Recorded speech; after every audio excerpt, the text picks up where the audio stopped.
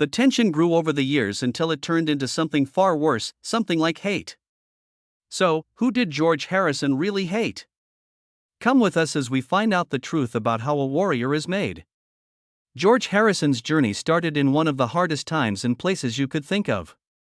He was born on February 25, 1943, in a little two-bedroom cottage at 12, Arnold Grove in Liverpool. His birth happened on a night when the city had been bombed for 78 straight nights during World War II. His family lived with air raid sirens, blackouts, and anxiety every day.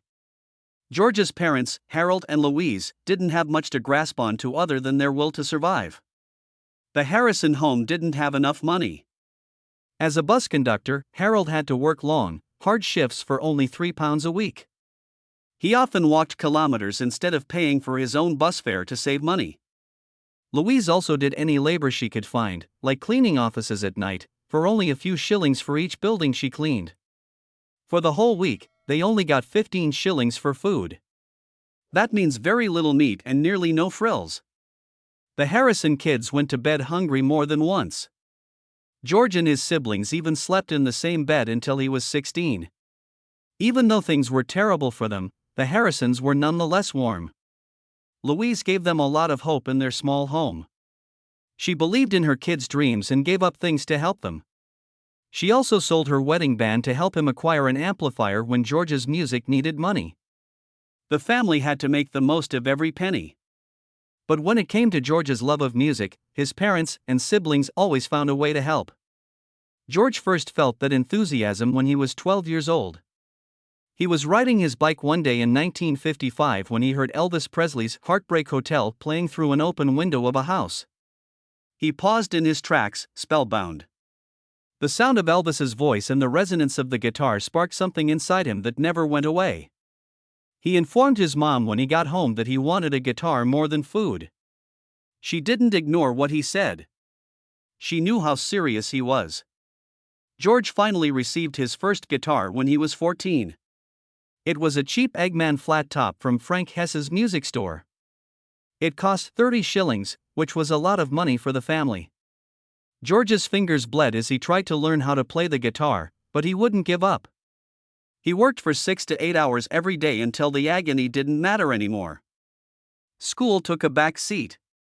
His teachers said that he just seemed to care about guitars and not much else, like history or geometry. He was completely lost in music. Soon, fate brought George and Paul McCartney together. Paul saw George with his guitar on the number 86 bus to Liverpool. George informed him he could play 20 Flight Rock, a hard song at the time. Paul was impressed, and not long after, George tried out for Paul's band, the Quarrymen. He played raunchy flawlessly in front of John Lennon, even though he was only a few months away from becoming 15. Lennon thought George was too young, but Paul really wanted him. John finally gave in since he couldn't deny his potential. George was the youngest person in the gang that would transform the world one day. George had fought his way out of poverty and into music with sheer willpower, but the challenges he would face in the band would be far harder. The little brother problem. The age difference between George Harrison and John Lennon and Paul McCartney was more important than most people know when he initially joined them. John was over 3 years older than George, and that disparity seemed large in the late 1950s. John still thought of George as a kid who was hanging around. He often acted more like a younger brother than a bandmate who was equal to him. John might be rude and quick to judge, cutting George off before he could finish his thoughts. It was easy to tell who the leaders were. George was not one of them. Paul McCartney was nicer than John, but he had his own problems.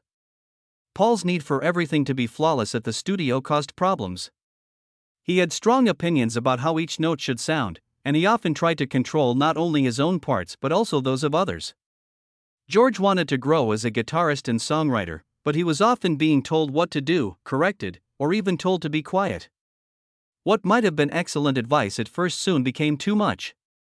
George's inventiveness had little opportunity to breathe because Paul was in charge.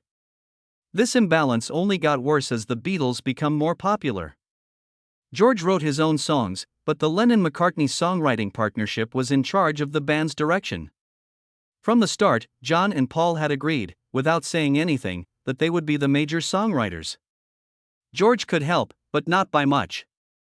For most of the Beatles' existence, he could only write one or two songs for each album, no matter how many ideas he came up with. In actuality, this wasn't because he didn't have enough content. By the middle of the 1960s, he had written a lot of songs, and many of them were just as good or better than the ones John and Paul wrote. The issue was that people didn't appreciate his voice in the same manner. George tried to write a song for the first time in 1963, when he was sick and had to stay in bed during a tour stop in Bournemouth. He was bored, so he thought he'd see if he could compose something on his own. The song Don't Bother Me came out of it and made it onto the album with the Beatles. It wasn't a classic, but it showed that George could write tunes that worked for the band. Still, the continuous rejections and the feeling that his work wasn't being taken seriously slowed down his progress as a songwriter. He was always reminded that Lennon and McCartney were in command when he sought to move forward. The media made things worse outside the studio. People could easily remember each Beatles' name. John was the smart one. Paul was the one who was cute. Ringo was the one who got lucky. George, on the other hand, became quiet. It wasn't just a name. It was a prison. People who read about him and admirers thought he was quiet, introverted, and even withdrawn. They didn't pay attention to his humor, his thoughts, or how much better he was getting as a writer. People saw George Harrison as a background figure, not the creative powerhouse he was becoming. George felt like the younger brother in the band and was erased by the media outside of it, which left him with years of anger. And soon that anger would boil over. Hamburg and Hard Lessons. The Beatles went to Hamburg, Germany, in 1960, when George Harrison was only 17. They weren't famous and the vacation wasn't fancy at the time. It was hard, loud, and required a lot of work. They played in small clubs where the owners demanded loud music, energy, and unending fun. The Beatles had to play for up to 8 hours straight every night, with just short pauses in between. The shows went on into the early morning, and the band had to keep the crowd interested by stretching out songs, making up new parts, and doing whatever they could to keep them interested. It was a crash course in endurance for George, who was still a teenager. The work was more harder because of the way people lived in Hamburg. The Beatles typically slept in small, dirty places, like the back of the clubs they played in. There was noise, smoke, and filth all around their mattresses. There was no privacy, and comfort was out of the question. The area where they worked, the Reeperbahn district, was rife of crime, drugs, and violence. Some of the club bouncers were tough men with hazardous pasts, and fights may break out at any time. George and the others had to figure out how to stay alive in that environment soon. It wasn't only about the music. It was about staying strong. Hamburg had a big impact on George's music career, even if it was hard. He got strong and disciplined by playing all night long. His fingers got tougher, his timing got better, and he got a lot better at making things up on the spot. When a set lasted for hours, there was no room for mistakes. He had to keep his mind on the task at hand and be inventive. He developed the technical skill that would subsequently define his style over time. Hamburg pushed him past what he thought were his boundaries. During this time, George also had a big impact on the Beatles' sound. He and Paul put pickups on their guitars and started playing around with amplifiers to make the sound louder and crisper. George's guitar playing gave the band an aggressive and driving sound that set them apart from other groups. The Beatles became professionals during the long nights in Hamburg, and George's improvement as a guitarist was a big part of it. But the music drew the band closer together on stage. Offstage, though, the ties weren't always the same. John Lennon and Paul McCartney were becoming very close friends. They were writing songs together, which helped them get more creative. George looked up to them, but he wasn't one of their close friends. They thought he was younger and less experienced, therefore they often didn't include him in their decisions. He still felt like an outsider in the group, even though his guitar skills was what made their shows work and gave them their unique sound. Cracks in the Fab Four. By the end of the 1960s, the Beatles were no longer the close-knit group that had once taken on the world together. The early years were full of friendliness and enthusiasm, but now there were regular fights, especially between George Harrison and Paul McCartney. George often felt embarrassed in the studio since their working methods were so different. One of the most well-known incidents happened during the rehearsals for the movie Let It Be. Paul was captured on camera playing on George's guitar parts over and over again. Paul directed him when and how to play, and he did it in front of everyone. George stayed cool at first, but you could tell he was nervous. He wanted to be free to play guitar any way he wanted, but Paul was set on making the sound exactly how he wanted it. That anger kept getting worse. A similar thing had happened before when they were recording Hey Jude. George tried to add guitar riffs after Paul's singing lines. Paul cut him off and said it didn't fit instead of letting him try it out. George didn't say anything, but later said how rude that was. Paul didn't care about his ideas, even though he was a very good guitarist with years of experience. Then came Maxwell's Silver Hammer, which Paul loved but the rest of the band hated.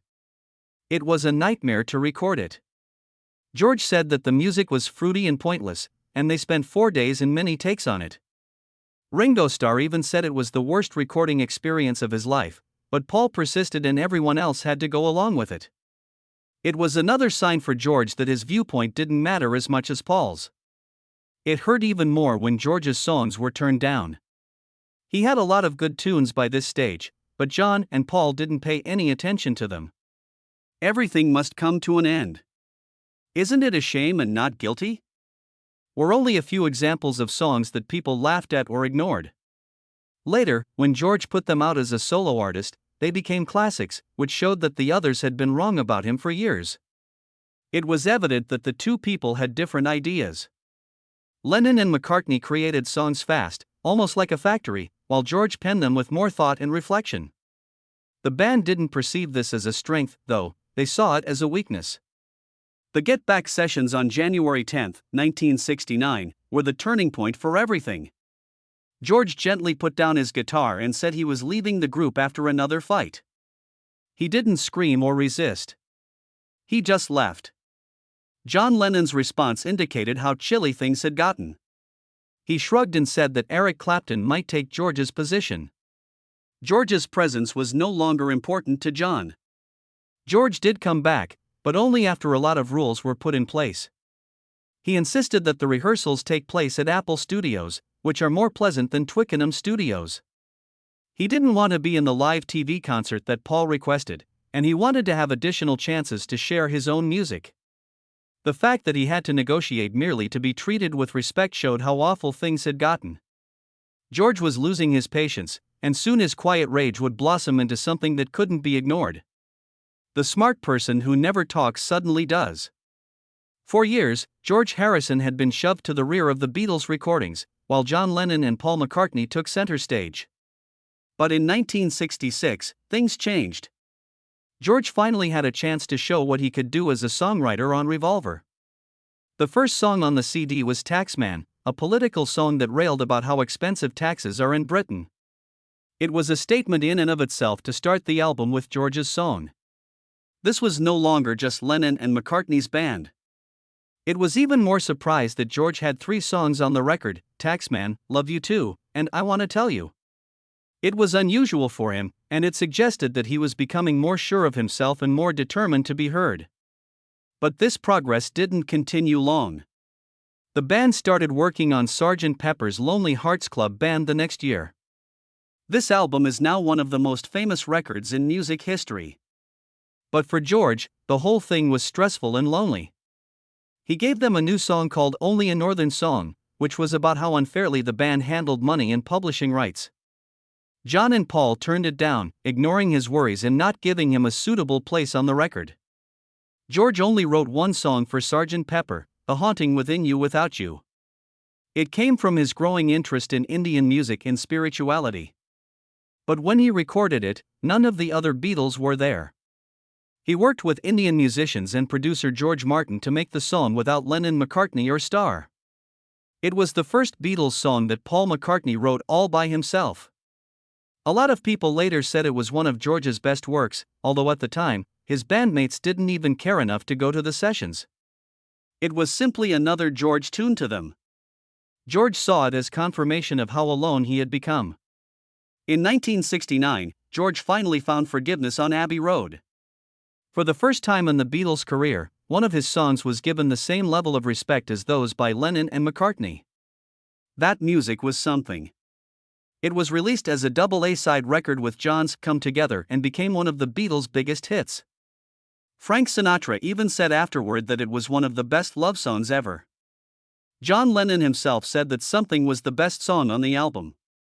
Paul also said it was great. George's confidence in his own voice rose, but his patience with the others was running out. Cheating and affairs. George Harrison's marriage to model Pattie Boyd appeared like the ultimate love tale for most of the 1960s. They met on the set of the Beatles movie A Hard Day's Night and fell in love right away. Fans thought their romance was dazzling and unbreakable. But everything were falling apart behind the grins. George's drug usage, expanding celebrity, and emotional distance all started to tear the marriage apart. Eric Clapton, George's greatest friend, made the collapse much harder. Clapton fell in love with Pattie so strongly that he started writing her letters and even going to George's house. His love for her inspired his renowned song Layla, which is about unfulfilled yearning. Pattie didn't want to at first. But George was getting farther away from her. She finally left him and moved in with Clapton in the middle of the 1970s. George felt betrayed twice. He lost his wife, and it was to one of his best friends. But George's own actions were not very faithful. Even though he was still married to Pattie, he had many affairs. Maureen Starkey, who was married to Ringo Starr, was the worst of the lot. George didn't try to hide the relationship. He even told Ringo about it in a very direct way, which startled everyone around him. Pattie once walked in and saw George and Maureen in bed together. The discovery ended both marriages and made George's connections with other Beatles even worse.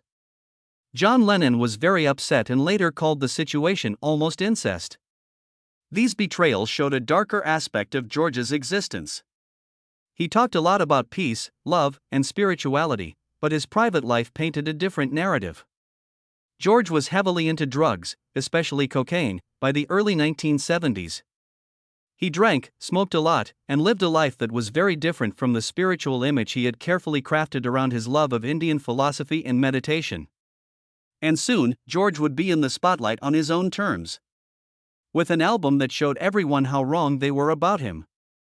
George Harrison is recognized as the spiritual Beatle, the one who looked beyond fame and yearned for something greater. But his life was filled with things that didn't make sense. He was tremendously devoted to meditation, prayer, and Indian philosophy, but he often gave in to the very things he warned against. The conflict between his beliefs and his actions shaped a lot of his life after the Beatles. His life changed forever when he took his first LSD trip in the middle of the 1960s. It wasn't in the plans. At a party, a dentist secretly put the medication in George's and John Lennon's coffee. It was too much to handle. George remarked later that he saw the world differently after that night. It made him think that life wasn't simply about fame and money. It was about finding a higher truth. LSD made him interested in Indian music. Ravi Shankar's sitar lessons. And finally, the teachings of Hinduism and the Hare Krishna movement. But even though George was really looking for something spiritual, he had a hard time with the bad side of drugs. After the Beatles broke up in the 1970s, Harrison started using a lot of cocaine. He also drank and smoked a lot more than he said in public. His health got worse, yet he kept going. It was clear that there was a conflict. He was telling other people not to be selfish and give in to their desires, but he was doing it himself. He warned Elton John to stay away from cocaine at one point, even though George was still using it. His friends thought it was hypocritical, but it was also a sign of how torn he was between two versions of himself. His attitude with money was also contradictory. George often sang about how empty materialism is. His solo album, Living in the Material World, was a frank statement on how celebrity and money got in the way of spiritual progress. But George lived in one of the most lavish residences in England, Friar Park, a Victorian castle with 120 rooms and huge gardens and lakes all around it. He had romances with models and actresses, purchased expensive automobiles, and lived the life of a rock star. People who didn't know him thought he was preaching one thing and living another. The truth was more complicated. George really thought that stuff didn't make him happy. But he also enjoyed how beautiful, comfortable, and free money made him feel. One moment he may be meditating, and the next he could be in a sports automobile. He didn't think of himself as a saint.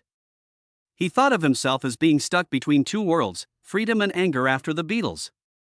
A lot of people were worried about how George Harrison would do on his own after the Beatles broke up in 1970. He had been treated as the junior partner for years, only getting to write one or two songs for each album. But once Lennon and McCartney let him go, he became really creative. The end product was All Things Must Pass, a 3-disc album that shocked the music world. Most of the songs had been written while he was with the Beatles, but John and Paul didn't like them. Now that he had some time to think, George showed exactly how substantial his backlog of work really was. Songs like My Sweet Lord and Isn't It a Pity? The title song had both spiritual depth and visceral emotion. The album was a huge hit with both critics and fans, selling more copies than Lennon and McCartney's individual albums at the time. George saw this as confirmation that he was always more than the quiet person people believed he was. People had not given him enough credit, and now they did. Not shortly after that, George put together the 1971 concert for Bangladesh, which was one of the most daring events of the time. It was the first big rock benefit performance, including stars like Ravi Shankar, Bob Dylan, Eric Clapton, and others. The purpose was to get people to provide money and learn more about refugees during the Bangladesh Liberation War. The performance was a strong show of humanity, but the money became tied up in tax issues and legal fights, which delayed a lot of the help. It did, however, set the stage for future events like Live Aid by proving that famous people might use their fame to make a difference. George was still angry with Paul McCartney, even though he was doing well. He made that very apparent in a number of ways. He performed slide guitar on the iconic John Lennon song Do You Sleep? A song that brutally abused Paul after they broke up. George's choice to participate said a lot about where his allegiance rested. He also took John's and Ringo's side in the legal fights that followed the breakup, publicly going against Paul in court. The tie that had previously brought them together as teens from Liverpool seemed to be forever destroyed. George didn't hide his dislike for Paul very well in interviews from the 1970s and beyond. He often said that Paul was hard to deal with, selfish, and dominating.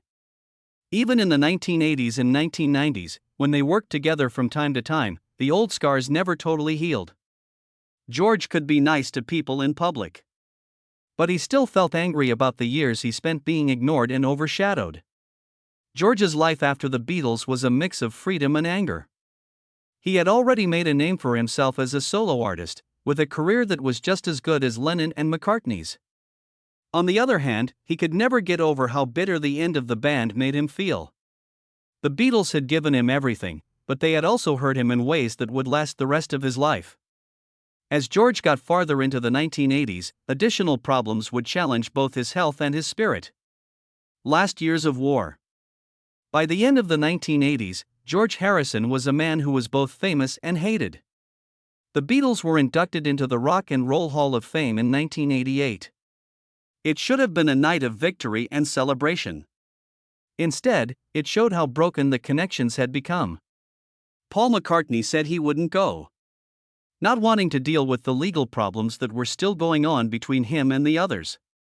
Ringo Starr came, but he was clearly inebriated. That meant George had to give much of the acceptance speech by himself. He was always polite in public and kept his statements short and to the point. But you could see there was stress under the calm tone. What should have brought the world together instead showed how far apart the Beatles still were. George's anger for Paul never completely went away, even after that night. He routinely spoke harsh things about Paul's music and behavior in interviews. Sometimes it was subtle, other times it was direct, but the bitterness from their years in the studio stayed with them until George died. It was considerably harder for John Lennon. George and John had not totally made up by the time John was killed in 1980. In the last several years of the Beatles, they didn't work together as often, and George said he felt like Lennon never gave him the respect he deserved. The loss was much worse because George never had a chance to clear the air or fix the relationship they used to have. George's biggest fights in his latter years were not with his old comrades, but with his own body. These old scars never entirely healed. He found out he had cancer in the 1990s. He got treatment, but the years of heavy smoking had already hurt him. He was already fighting for his health when tragedy struck again. In December 1999, someone broke into his home in Friar Park and stabbed him several times. Olivia, George's wife, fought off the intruder and probably saved his life, but the attack left both physical and mental scars. For a man who had been looking for serenity for a long time, violence had come into his safe place. George turned to his spiritual practices more and more when his health got worse in the early 2000s. He spent his last days meditating and chanting with family, friends, and members of the Hare Krishna community. His dying words, which were recorded, were, "Everything else can wait, but the search for God cannot wait." It was a fitting last message for a man who had spent his whole life torn between two worlds. The life of a rock star is full of money, fights, and excess, but the journey inside is about finding serenity in God. At the age of 58, George Harrison passed away on November 29, 2001. His life was full of brilliance and contradictions, deep wounds, and a desire for spiritual growth. He left behind music that still inspires people, but he also left behind a reminder that even the most talented people have problems that they have to deal with till the end. Like this video and subscribe to get more music history if you liked it.